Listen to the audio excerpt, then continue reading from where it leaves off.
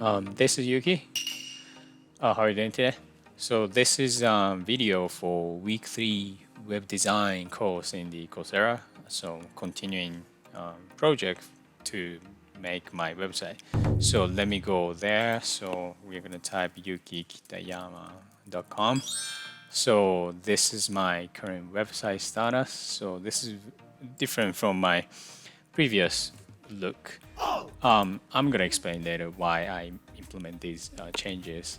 But firstly, let me go over what we have inside this website. So this is the main page. In the main page, I can see the daily cost of running this website. I can also see the summary data about the post we have. And also we have kind of image of the diagram about how I'm running this website. I can come back to this later. At the top, I have the toolbar and I have a hamburger shape. If I click the hamburger shape, I can see the menus. If I click the dashboard, basically you're seeing the same thing. So main page and dashboard sharing the same stuff. I can click the posts. That's going to let you see the actual list of posts. I can click the title. I can see the post there. And then at the bottom, you have this thing called paginator. So this is going to limit the number of posts you can see. If I click this next page, I can go to the next page. So this is going to be useful eventually in the future if I have lots of posts. So at the top, right, I have the button called login. I can click login. That's going to direct me to the login section, and I can type my login information, and then I click the login. This is going to allow me in the login mode. So change is not happening in the dashboard, but if I go to the post page, I can see the button showing up there, which is saying the edit. And if I click the edit, I can update the post. For example, in the title, it's saying 10th of August, and I want to change it to today's date, which is 15. So I'm going to type this is title to 15, for example, and I click the save post. And those changes are going to be reflected in the contents of the website. So basically, this is the functionality for only the authorized users can update the contents in the website. But basically, only me. This is only me. I can go back to the main page. So I made some changes because I have issues in the previous website. So this is a previous website. This is very beautiful, because it's using the kind of special fonts and then, italic, and then also the color gradient. And then this looks okay. And then if I click the continuing reading, I can see the actual articles, and then I still have the same tab and then same about sidebar, which is similar to this. So from the interface, it looks okay, but the problem was happening inside the code. So this is the HTML file of the main page, which means this. So for example, you see the navigation tab there, and which is referring this code, and then you see the about, which is about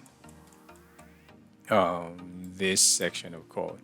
And if I want to make a new page sharing the same navigation and the same sidebar, I have to make additional HTML file, and I have to copy and paste the same navigation and same about code. So it sounds easy, you just copy and paste, but the problem was I started adding many posts, like AWS posts, about the Python posts, about those posts, and then it became impossible to maintain. I don't want to, copy and paste so many times, and then I have to make sure all the HTML use the same code. It was just impossible to maintain. So that was the first issue.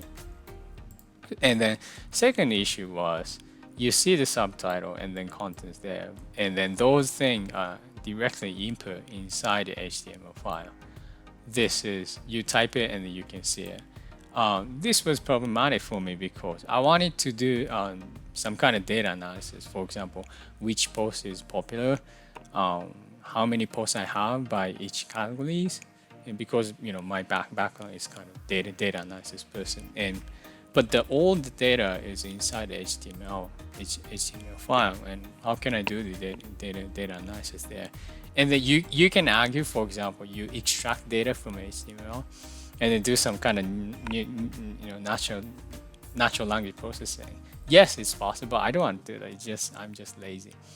So I was thinking, I wanna fix those too. So that was the motivation. I implemented the changes, which I can explain why in these architectures.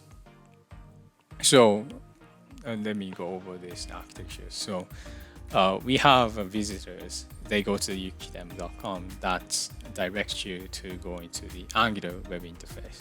And inside Angular, you have a bunch of API requests. And those API is talking to the AWS API gateway. And those gateway is actually running the Lambda functions. And those Lambda function is just communicating the database. And then Lambda getting the results, and the result pass back to the Angular, and the Angular showing the result. So that's the kind of overview of the architectures. So this is going to fix my two issues. First of all, the Angular is allow you to those web thing as a component. So for example, you develop the component of this header, you make the components of this dashboard, you make the components of posts, and then you can just combine those components inside Angular. So Angular going to allow you to reuse those components. So I don't have to copy and paste those things. So Angular fixed the first issue. And second issue is solved by this Lambda and MongoDB. So those HTML, those data is actually stored in the MongoDB database. And then I can write whatever code, Python code inside the Lambda function. So if I want to do data analysis, I can implement those data analysis in the Lambda. So data analysis is not happening inside Angular. Angular is just getting the result of data analysis in the Lambda. So that's the second thing why I implemented those components. So maybe in the future video I can go dive deeper about each component. For example, what's the actual implementation of the Angular to allow you to make those kind of cars and then those login thing. And also I can go over to the what's the actual Python implementation to do inside Lambda, and talking to the MongoDB database, how to do this data visualization. I can go over that later. But I put the GitHub link there. So if you want to go to the technical detail now, you just go to the GitHub link. For example, if you want to see the Lambda implementation, you can go to the AWS Lambda folder, and then inside there you see each function. For example, I can go to get post proxy. You see the Python program, and then you can there. Oh, okay, Lambda function is actually using PyMongo package, and then okay, just getting the data from the database, and then showing just output for the API gateway. And if you want to see the Angular implementation, for example, you can go to the source app, and then for example you can go to post service TypeScript file, and then okay, you have the get post function, and then this is you doing HTTP GET request to talk to the API. So you can see those kind of technical detail. Yeah. So basically that's it. So I made loads of changes from my previous website, basically using the Angular and also AWS products, and also MongoDB database, which is fix my previous issues happening there. I'm quite happy about that. So thank you for watching. See you next time.